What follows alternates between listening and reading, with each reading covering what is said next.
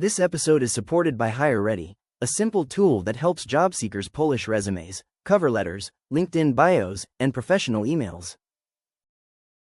Lelo panyaso voice box mmene cholinga chathu ndikupereka mpata kwa Malawi kuti azitha kulankhulapo pa nkhani zokhuzana ndi ndale kuyendetsa bwino kwa dziko komanso utsogoleri otsatira bwino malamulo kuno kwathu Malawi. Tafuna kulankhula kwa bambo Agape Khombe. Bambo Agape Khombe akudapa kuona kuti kodi Amalawi ena mukamanena kuti dziko la Malawi likuyenda bwino makamaka ino anzathu echikondo chipani cha Democratic Progressive DPP, kodi mukutanthauza kuti dziko lake ndi liti limene likuyenda kufuatiri Amalawi ambiri kunjaku akuvutika. For example, akuti boma lanu lena kuti akweza mtengo wa mafuta ndi cholinga chokuti mafutawo adzipezeka pa ntsika. Lero mafuta aja ndokwera komatu madera ena kuno kwathu Malawi mafuta aja sakupezekabe. Tsono kuti dzikoli anzathu mukulendetsa bwanji, komanso amwanamveka munthu amene alephera kuyendetsa banki ya Malawi Savings Bank, kuti munthu amene ndingakhulupirira kuyendetsa bwino chuma chathu dziko ngati nduna.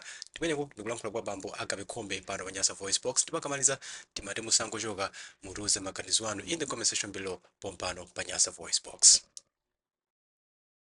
Pena ukamava munthu wina akuti zinthu zikuyenda umadabwa kuti kodi anena kuyenda kwa zinthu kuchipinda kwake kapena chani, because simungaike mtengo wokwera mafuta ncholinga yoti anthu adzikanika kugula mafuta azipezeka. Ndiye mtengo wokwera omweyonso mafuta onkomanso asanu kumakhala kiyu mafuta 7,000 pa lita anu kumakhalanso panzere mafuta akulibe. Akugula mafuta pa black market. Pa black market ponso zikukanikanso. Koma akuti akuwasunga anduna azachuma. Akuti akuwasunga zovuta kuti akuwasungira chani.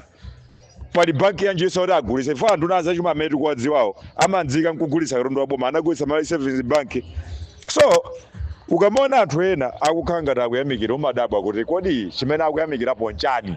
Chifukwa kunena zoona munthu wapa Central Region, munthu waku Northern Region palibepo chotanga amikira chifukwa chakuti amalima yekha. Amene ayamikira boma ili ndi anthu amene madera ako achimanga sichigwira, amalima Nandolo, amalima Chitedze, amalima Mapira, amene chifukwa kuti akudya zaulere zobera anthu akumpoto ndi apa Central Region amene amalima modzipereka, amene akuti zikuyenda chifukwa kuti akudya chimanga chimene sanaketsere thukuta pa mtengo otchipa. Koma mwini wake oketsera thukutayo ali wodandaula kwambiri, ndi wodandaula kwambiri. Mulimi panopo akufunika agulitse matumba 6 achimanga kuti agule thumba limodzi la fereleza. Ndiye boma lokomera anthu amene pachizotikoza kuti maimbisayo dzidzere zamanjalende simungene kuti pamene pali boma. Ayi, palibe boma pamenepo, palibe boma. Boma should be there kukomera anthu amene amagwira ntchito ndi manja awo. They work hard and they feed themselves. Anthu amenewo they should at least earn the results of thukuta lawo. Maningaso ndimene Bible ndi malemba zimanenera. Kwa mukadzaona alesi akukondwera kwambiri kuposa anthu amene amalimbikira ntchito, zadziweni kuti palibe boma. Mukadzaona ku immigration anthu akudzadza kwambiri kuposa mmene anthu angadzadzire ku office ya Registrar General kumene anthu amalembetsa ma business, amakapeza ma business certificate, zadziweni kuti palibe boma kapena boma ndi lolumala. Simungakhale ndi anthu kumadzadza ku immigration daily pamene boma likuyenda bwino. Pitani maiko ngati South Africa, pitani maiko ngati America. Sikuti ndi nkhani anthu akamadzadza ku immigration ndi nkhani ya machine kuti machine sakupulinta bwino. Ayi, anthu akudzadza ku immigration kufuna passport athawe mdziko muno, athawe mdziko muno. Nchimene anthu adzadzira ku immigration kupeka kuti wamutena kuti mwabweretsa machine oti adzipulinta makopezi 15,000 per day, kudzadzabe ifo palibepo munthu akufuna kukhala mdziko muno, palibe. So chizindikiro china chiona kuti boma sizikuyenda bwino, boma la Nyasa, boma likulephera kuthandiza anthu ake. Chizindikiro china nchona kuti mumakhala ndi anthu ambiri omadzadza ku ofesi ya immigration ukafuna ma passport kuposa mmene mungapezere anthu okadzadza ku ofesi ya business registration okafuna business registration certificate. Pamene mudzadziwe kuti boma palibe. Mukadzaona pamalo pamene anthu business ya Genset ndi masola panel ikuyenda kwambiri. Dzadziweni kuti pamene popo palibepo unduna wa za energy umene ukuthandiza kupanga magetsi mokwanira. Simungapite ku America nkukapanga business ya masola panel ine nkuda kuti zikuyenderani, palibe chifukwa kumene koko ali ndi magetsi okhazikika. People will not buy you. Adzikudabwasa kuti solar panel ndi yachani. Koma kuno ku Malawi kuli business ya solar panel, ndipo chifukwa china chimene ngakhale nkhani ya magetsi ikutivutira nchoena kuti ngakhale akuluakulu ena abomawo ali mu business imene ndi ma traders a solar panel. Mukadzaona black market mdziko, black market ikunjoya kwambiri. Anthu a black market akumanenepa kumafufuma mimba kuposa mabwana aku banki. Dzadziweni kuti dzikolo lili pa moto. Panopo ngati nduna zenizeni, anduna azachuma amwanamveka, anduna za energy ndi anthu amene akumakhalira kumapanga kumagula zinthu pa black market akafuna forex. Ndipo ananena, I have a clip, ananena anduna za energy majini mathanga kunena kuti akumapanga akweza mtengo wa mafuta chifukwa yakuti akufuna apange tare ndi mitengo imene ma traders akumakagulira zinthu. Zoyenza kuti ma trader athu ogula zinthu ngakhale opanga import mafuta, ma transporters, they are important at black market level. Mukadzapeza boma limene is legalizing black market, dzadziweni kuti pamene popo boma lavutika. Pali higher level of cluelessness. Panopo magay ndi lesbian akumachita kulemba monjoya pa Facebook publicly. Ine ndimapanga ndi amuna anzanga okhaokha, ine ndimapanga ndi akazi anzanga okhaokha. Mukamfufuza lesbian wa mwana kale, gay orali ndi mkazi, mungopeza kuti that is a business and akudziwa kuti palibepo choluma. There is no government loluma. Amene akungomangidwa mdziko muno ndi anthu andale osati anthu ophwanya lamulo. Ukakhala wandale ukhala bwezi la maunyolo. Nakutenga lero, nakutenga mawa, upulumukira khoti. So we cannot afford to live kuna kuti zinthu zili nomo in this way imene zonyasa zambiri zikungopitirira. Okay. Tilachosa chakwera tinkauzidwa ari kunena kuti asatinamize zonena kuti mafuta akukwera chifukwa cha nkhondo ya ku Ukraine. Ndipo amanena kuti dziko la Malawi si neighbor wa Ukraine, kulibe border imene ndiyo gawana ndi Ukraine. Leroli wina ali mphuno gwa kumatiuza kuti mafuta adula mtengo chifukwa kuti kuli nkhondo ya Iran. Ife ndaneba Iran.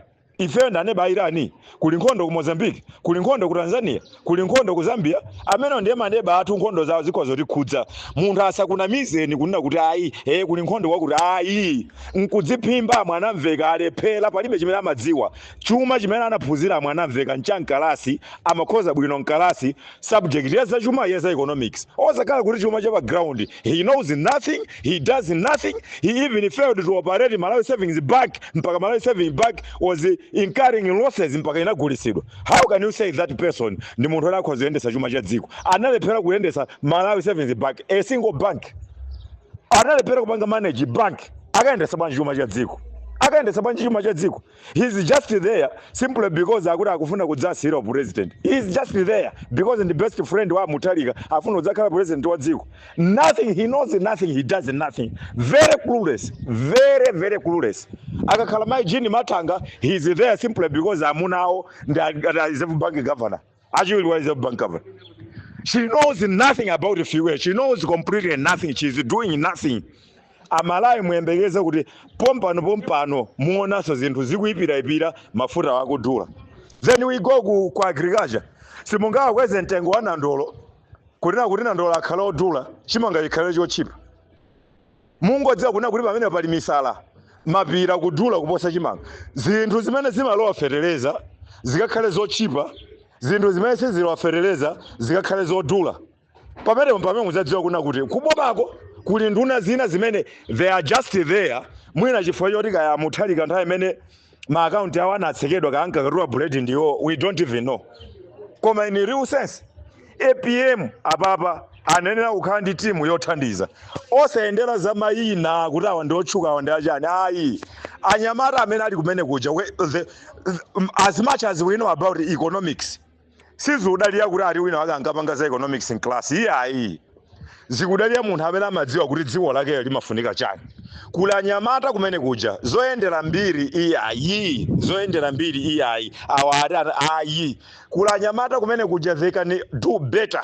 They can do better pa economics. Chifukwa kuzidziwa za chuma za ku Malawi. Osati zoyendera mbiri. Tikuzuzana apa. Tikuzuzana apa. Tipetsana.